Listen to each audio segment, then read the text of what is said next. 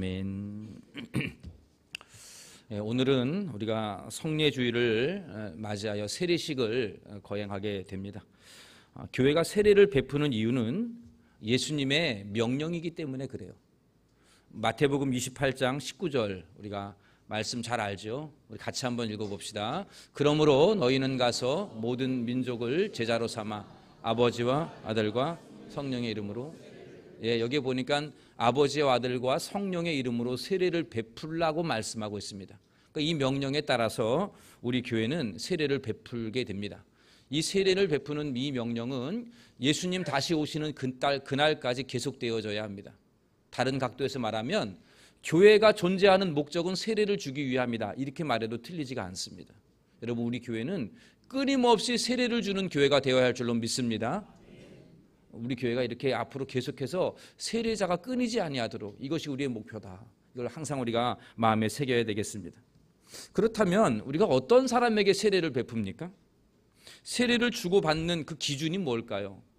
여기에 앉아있는 분들 중에서 제가 이렇게 언뜻 눈에 봤더니 한 90% 이상은 다 세례를 받은 것 같아요. 여러분도 어떤 기준으로 세례를 받았습니까? 사실 우리 가운데 뭣도 모르고 받은 분들도 있을 수 있어요. 근데 여러분, 우리가 다시 한번 이 시간에 세례받은 기준이 무언가, 내가 무엇 때문에 세례를 받고 또 내가 어떤 사람이었기에 세례를 받았는가, 내가 어떻게 고백을 했기 때문에 받았는가, 이것을 좀 함께 살펴보려고 합니다. 38절 말씀을 제가 한번 읽어보겠습니다. 베드로가 이르되 너희가 회개하여 각각 예수 그리스도의 이름으로 세례를 받고 죄사함을 받으라. 그리하면 성령의 선물을 받으리니 라고 말씀합니다. 여기에 보니까 어떤 사람에게 세례를 주느냐, 첫째는 회개하는 사람이에요. 회개하는 사람. 오늘 본문은 베드로가 많은 사람들 앞에서 설교하는 내용입니다. 베드로의 설교의 핵심은 예수님이에요. 좀 더 구체적으로 말씀을 드리면 예수님이 하나님의 아들이시고 인간을 죄에서 구원할 분으로 하나님이 보내셨는데, 유대인들 너희들이 예수님을 인정하지 않아서 예수님은 결국 십자가에 못 박혀 죽었다, 너희들이 예수님을 십자가에 못 박아 죽게 만들었다는 겁니다. 그런데 예수님이 죽었는데 3일 만에 다시 살아나셨다는 거죠. 그리고 이 모습을 우리가 봤다는 겁니다. 우리가 증인이다. 이게 베드로의 설교의 핵심이에요. 너희들이 모르고 죽인 예수가 다시 살아났다. 우리가 증인이야. 그러니까 그분이 진짜 예수입니다. 이렇게 얘기를 했어요.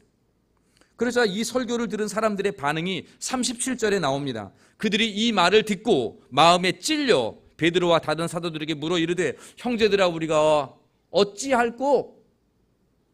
우리가 모르고 죽였는데 그럼 우리가 어떻게 되냐? 이렇게 지금 얘기하는 거죠. 여기에 대한 대답이 38절이죠. 첫 번째로 뭡니까? 회개하라, 이렇게 말씀하고 있어요. 너희가 회개하여 그랬습니다. 여러분, 이 회개라는 단어가 무슨 말입니까? 어떤 사람이 회개한 사람입니까? 내가 지금 잘못했구나, 이걸 깨닫는 거예요. 먼저 깨달아야 돼요. 그리고 마음에 찔려야 돼요. 내가 잘못 살았다라고 하는 것에 대한 마음에 찔림이 있어야 됩니다. 그것을 인정하면서 용서를 구하는 사람, 그 사람이 회개하는 사람이에요. 그리고 더 나아가 앞으로는 이렇게 살지 않겠다, 이렇게 다짐하는 사람이에요. 이 사람이 진짜 회개하는 사람이에요.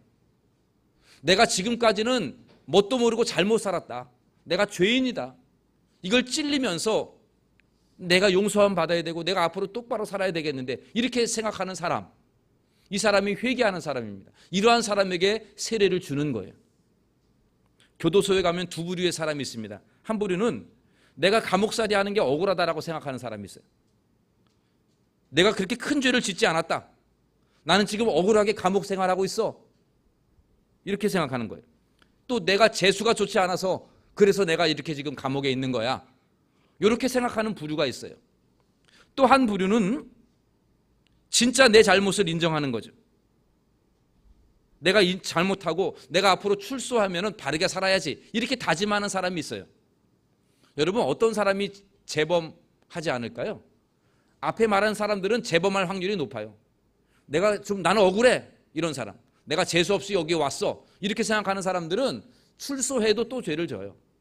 근데 난 앞으로 똑바로 살 거야, 나는 바르게 살아야지, 이렇게 마음 먹은 사람은 물론 재발할 수도 있지만 그래도 좀 낫습니다. 여러분, 회개하는 사람은 이와 같은 거예요. 내가 지금까지 잘못 살았구나.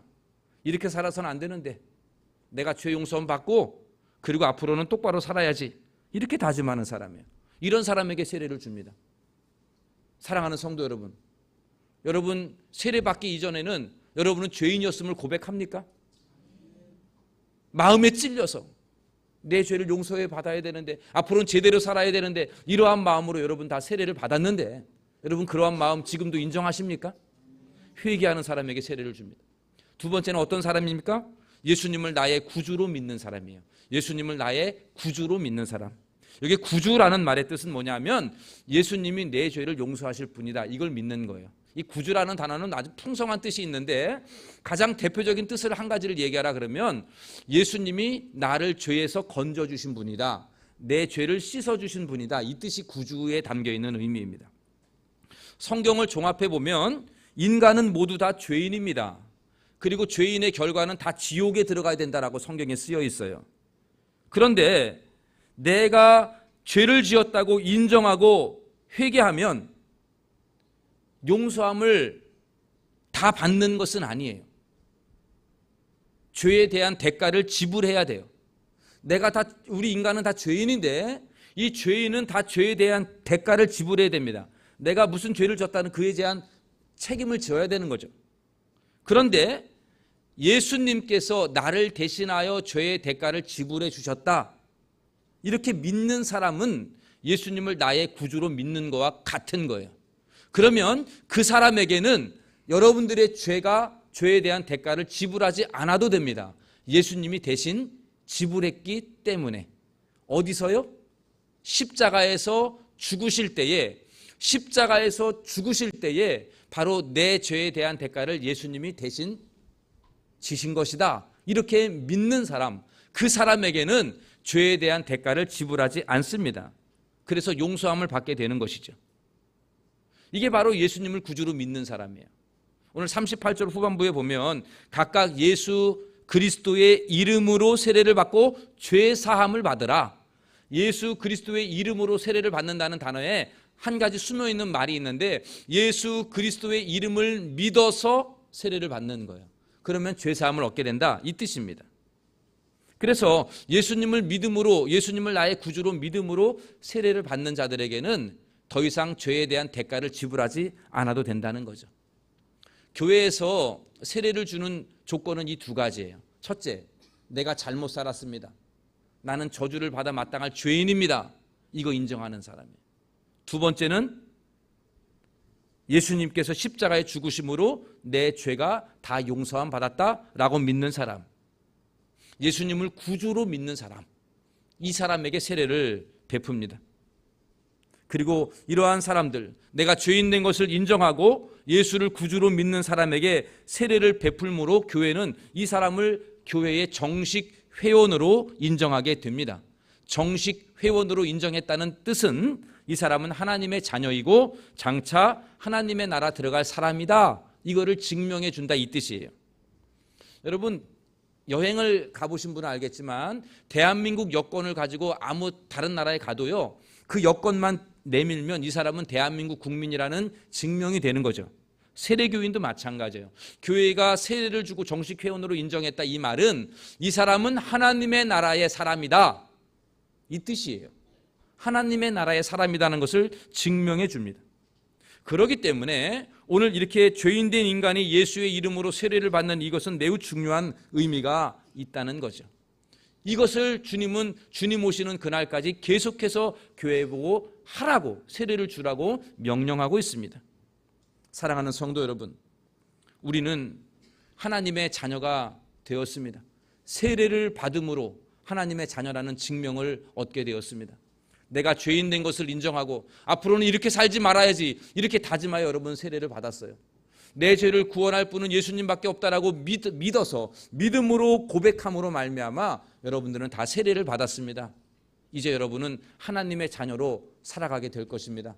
이제 여러분은 죽어서도 하나님의 나라 천국에 들어가게 될 줄로 믿으시기를 바랍니다. 여러분이 얼마나 감사한 일이에요. 내가 세례 교인이 되었다는 것은 너무도 감사한 일이에요. 믿습니까 여러분? 아무나 다 주는 것, 다 받는 것 세례 이렇게 여러분들 가볍게 생각할 일이 아닙니다. 하나님의 나라의 백성이 됐다라고 하는 너무도 소중한 일이 바로 이 세례라는 사실, 여러분들이 이걸 명심하시기를 바랍니다. 감히 우리가 어찌 하나님의 자녀가 될 수 있어요? 감히 저와 여러분들이 하나님의 나라의 백성이 될 자격이 됩니까? 나 같은 사람을 감히 거룩한 성찬의 예식에 참여할 수 있게 된 것만 해도 놀라운 은혜 아니겠습니까? 나 같은 죄인 불쌍히 여기고 내가 예수를 믿음으로 그 믿음 보시고 내 죄를 용서하시고 하나님의 자녀 천국 백성 살게 됨을 그저 우리는 감사할 따름이죠. 오늘 우리가 이 성찬의 예식을 통해서, 성례식을 통해서 첫 번째 그 하나님의 사랑을 회복할 수 있게 되기를 바랍니다. 하나님이 나를 얼마나 사랑했기에 나 같은 사람을 이렇게 예수 믿고 죄 용서해 주시고 하나님의 나라 백성 되게 해주셨는가? 나 같은 사람이 이 거룩한 성례식에 참여할 수 있고 이 주님의 살과 피를 상징하는 이 성찬 예식에 나 같은 사람도 참여할 수 있도록 허락해 주신 것, 이거 여러분 그 사랑에 감사할 수 있기를 바랍니다. 또한 나의 죄에 대한 대가를 대신 지불해 주신 예수님의 그 십자가의 은혜에 감사할 수 있기를 바랍니다. 첫째는 하나님의 사랑에 감사하시고요, 두 번째는 예수님의 그 십자가의 은혜에 감사를 회복할 수 있기를 바랍니다. 우리가 이번 학습과 세례 또 이 성찬의 예식을 통해서 다시금 우리의 마음이 하나님의 그 깊으신 사랑과 예수 그리스도의 그 놀라우신 은혜에 감사의 마음을 회복함으로 이제 남은 우리의 인생 오직 주를 위하여 살고 하나님께 영광을 돌리며 하나님의 자녀답게 이 땅에서 세상에 믿지 않는 사람들과는 구별된 거룩한 삶을 살아나가는 우리 동대문 중앙교회 모든 성도님들 되시기를 예수님의 이름으로 간절히 축원합니다. 기도하겠습니다. 사랑의 하나님 아버지, 오늘 저희들에게 성찬의 은혜를 베풀어 주심에 감사합니다. 우리가 무엇이기에 우리를 구원하셨고 우리가 무엇이기에 하나님의 자녀 삼으시며 우리가 무엇이기에 이 거룩한 성찬의 예식에 참여할 수 있도록 인도해 주셨나이까? 주님, 우리는 너무도 추악한 죄인일 따름입니다. 주님의 십자가의 공로 아니면 살아갈 수 없는 죄인임을 고백합니다. 오늘 이 성례식을 통해서 학습과 세례와 성찬의 모든 시간이 하나님께는 영광이며 우리 모두에게는 깊은 은혜의 시간이 되게 하여 주옵소서. 하나님의 사랑에 대한 감사가 회복되어지게 하시고 예수 그리스도의 십자가의 그 보혈의 은혜에 감사가 회복이 되어지는 이 시간 되게 하여 주옵시며 다시 한번 마음으로 결단하며 하나님의 자녀답게 살기를 결심하며 승리하는 모든 우리 모두가 되게 하여 주시옵소서. 모든 말씀 예수님 이름으로 기도하옵나이다. 아멘. 준비하시